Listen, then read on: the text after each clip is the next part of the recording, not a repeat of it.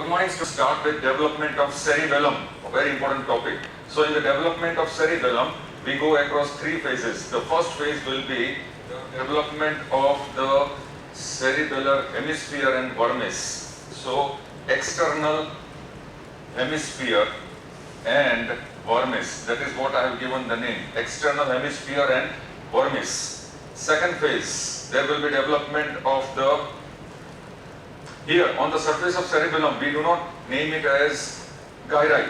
We always call those folds as the fissures. So therefore, development of various fissures. That will be also known as development of sulci, either fissures or sulci, but fissures is a more prominent word which has to be used here. Development of fissures on the surface of cerebellum, second. And third will be the internal structure. Now, what is the main component of internal structure of cerebellum? The main component will be cerebellar nuclei.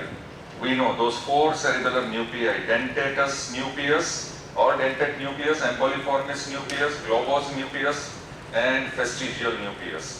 So these are the three phases. The first phase, we will try and draw only one diagram. Now in the first phase, in external hemisphere, first we try and draw, we'll take this side, we try and show the cerebellar hemispheres in this format here, and slightly on this side I will just expand it. This is how we show. Now we start our development with, there will be in the roof of metencephalon development of rhombic lips. So therefore we will call these structures initially as rhombic lips. This is an important word. So therefore, in the roof of metencephalon, dorsolaterally, this is a very important point, dorsolaterally roof of metencephalon, there will be development of rhombic lips, the first point. Second point, these rhombic lips will develop in such a way, they will proliferate now. The word used is proliferation. So the rhombic lips will proliferate first medially, where? In the roof of metencephalon. And the roof of metencephalon will form the roof of which cavity? Fourth ventricle. So therefore in the upper part of the roof of the fourth ventricle, or in the roof of fourth ventricle, simply put it, there will be proliferation of the cells of rhombic lip medially. Second important point, the same cells of rhombic lip will proliferate laterally. They will proliferate laterally. So in either direction, the rhombic lips cells will proliferate. They will form some of the cells, a mass which is lying median, in the median region just above in the roof of metencephalon by proliferation. And the same rhombic lips will proliferate then externally, outside, laterally, to form the two masses. This is very important point. Therefore, now we come to the third important point. Remember the various flexures of the brain. So in the various flexures of the brain, there will be one important flexure, which is the third flexure, if you recollect. And that third flexure is pontine flexure. After pontine flexure with a ventral convexity, where the pons is projected as a ventral convexity, what will happen will be, the fourth ventricle will be compressed because of pontine flexure. And because of that compression, the entire rhombic rudiments, so these rhombic lips are also called rudiments, where these rudiments of rhombic lips will develop into cerebellum. So they are also known as cerebellar rudiments. Therefore, as a result of pontine flexure, there will be compression of the cavity, and as a result of which the entire structure will resemble dumbbell shape. This is very important point that is written in the books. So please mention here dumbbell shaped structure. This is the third important point. The entire cerebellum will now resemble dumbbell-shaped structure in which the median part is compressed and laterally there will be expanded portion. Why this dumbbell-shaped structure? Because of the development of pontine flexure. Now fourth important point. See, we are going in sequence only. Very simple. Make it simple only. So therefore, in the fourth important point, after dumbbell-shaped structure, now what will happen is that the median portion will develop into vermis. So therefore here, you can just write it as vermis of the cerebellum. And the two lateral structures will develop each into cerebellar hemispheres. Cerebellar hemispheres. So therefore, this is where the entire external structure of cerebellar hemisphere and vermis is developed. Here we end our first point. Now we go to second point, fissures. There will be, after the development initially of this structure, there will be development of various fissures, or you can name it as sulci on the external surface of cerebellar hemispheres. All these fissures now, they are not as important as the sulci of cerebral hemispheres, where you have to remember all the sulci gyri of the cerebral hemisphere. Here, no need to remember all these fissures. Nothing is important except few fissures. Except 3 or 4 fissures which are important, you don't have to remember all these fissures. So therefore, in the development also, we come across those 3 fissures. Now, the first fissure to develop will be, there will be development of one fissure which will lead to creation of, development of the oldest lobe of cerebellum, that is called flocculo-nodular lobe. So therefore, the fissure which will develop in the inferior part of the cerebellar hemispheres and vermis, that fissure will be uvulo-nodular fissure, or it is known as the flocculo-nodular fissure. Now this fissure will separate, as I told you, the first structure in the vermis. So here, this will be the structure which will be present in the vermis, which will be known as nodule. This nodule is separated from the vermis. That is, it will be in the most inferior part of the vermis, nodule. And on either side, there will be development of this flocculus. So therefore, this structure will be known as the flocculus, which is separated from the inferior segment of the cerebellar hemispheres. So therefore, this is flocculus and this one will be nodule. So therefore, this entire lobe is called flocculo-nodular lobe. And here, the fissure which has developed, this fissure will be known as posterolateral fissure. So therefore, here, this is the development initially of the first fissure. Therefore, now you have to mention the flocculo-nodular lobe which is developed is the first lobe which has developed in the cerebellum. So therefore, the name of this flocculo-nodular lobe will also, it will be known as the archicerebellum, that you have to mention. So therefore, it is also known as the archicerebellum. This archicerebellum is the oldest portion. It will be connected with vestibular nuclei. Archicerebellum, flocculo-nodular lobe is connected with vestibular nuclei, and therefore it will carry an important function. Which important function? That is of maintaining the equilibrium and tone of the trunk muscles, musculature of the trunk. So it will help in maintenance of the equilibrium and tone of the trunk musculature. This much is about archicerebellum and development of the first fissure, posterolateral fissure. Second, we start with, there will be development of 3 consecutive fissures now in the 3rd month of fetal life. So in the 3rd month of fetal life, immediately 3 fissures will develop. And what are those 3 fissures? The 3 fissures that develop in the 3rd month of fetal life will be, the first fissure to develop will be, this is the first fissure in the 3rd month, and this is known as fissura prima. So therefore, this fissura prima is the first fissure. Here I will write it as fissura prima.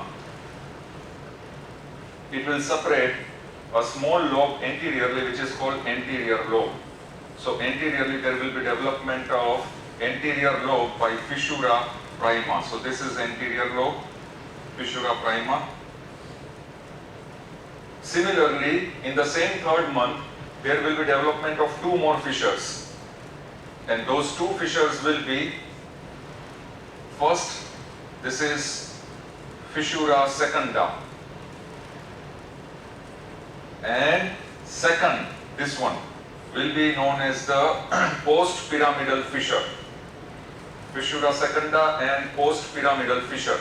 So therefore, this fissura secunda and post-pyramidal fissure will separate 2 important structures in the vermis.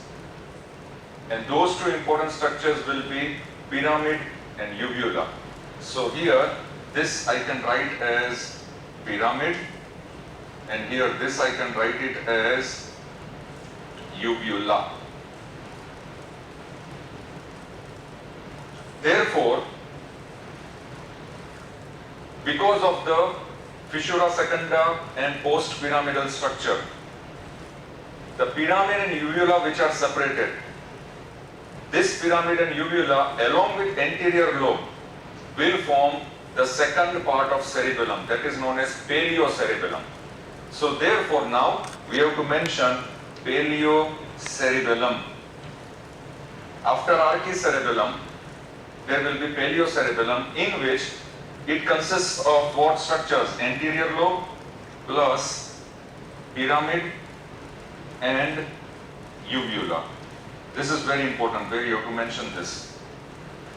It will be connected with spinal cord, and therefore it will regulate what?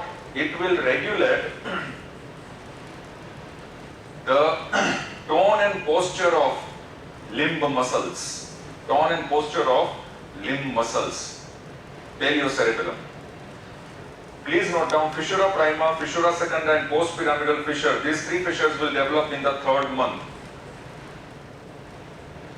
Then we come across to, once we have finished all the fissures, we come across to the development of the 3rd part of cerebellum, which is the latest in process of evolution, which is known as neocerebellum.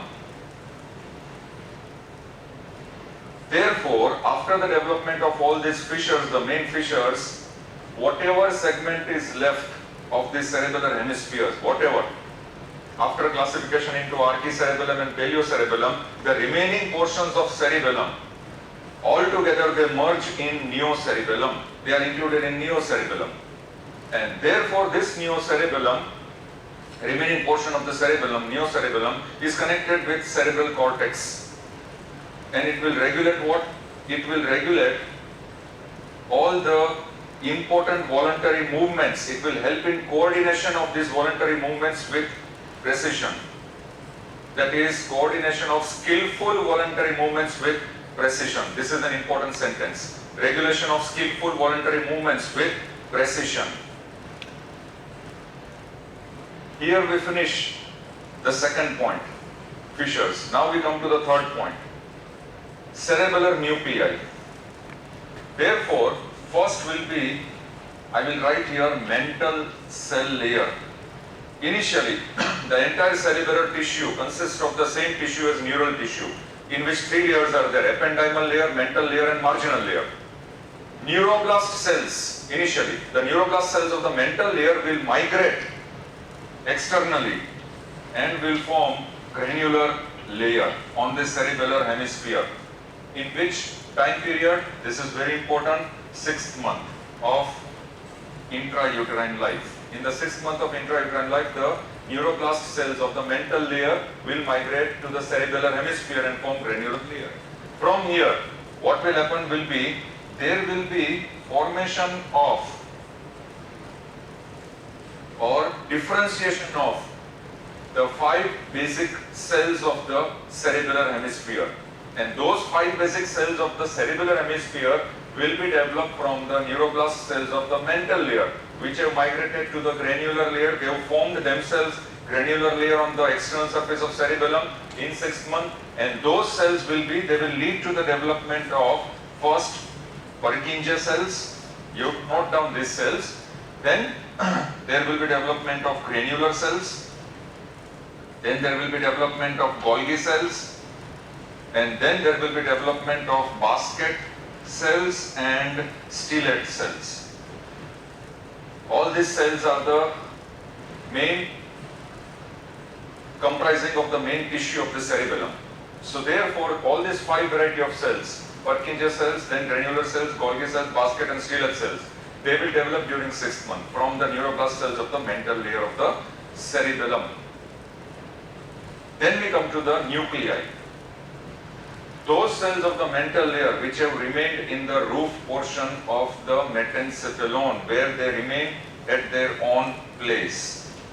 Those neuroblast cells of the mental layer, once again I repeat, where they remain in the same place, in the roof of the metencephalon, they will not migrate anywhere else. These cells have migrated first to the granular layer, then they have been differentiated in the various portions of the cerebellar tissue.